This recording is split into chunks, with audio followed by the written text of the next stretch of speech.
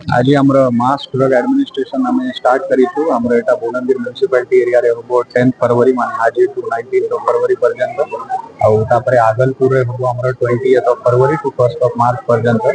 तो वही भितर आम हाइट हिसाब रे आउ एज हिसाब रे घरे घरे जाइए आमर हेल्थ वर्कर्स अंगनवाड़ी वर्कर्स आशा दीदी माने जाइए आपन सब टैबलेट देते नंबर ऑफ टैबलेट से हाइट और एज हिसाब रे डिसाइड होते। तो आपना के जरिया रे समस्ते आमर आगलपुर और बोलांगीर म्युनिसिपालिटी वासी को समस्त को अनुरोध करूँ कि आपन पूरा सहयोग करंतु। एटा गोटे प्रिवेंटिव डिसीजटा अच्छी तो आम आराम से या प्रिवेंट करि परिबा जदि आम टैबलेटा नेबा आम समस्त भी आज ये कंज्यूम करिछु।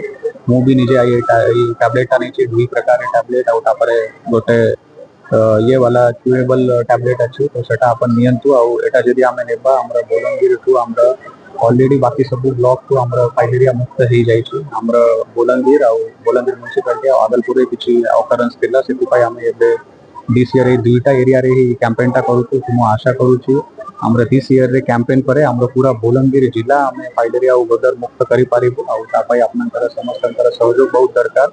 आम सब बेले जानू health related prevention is always better than cure.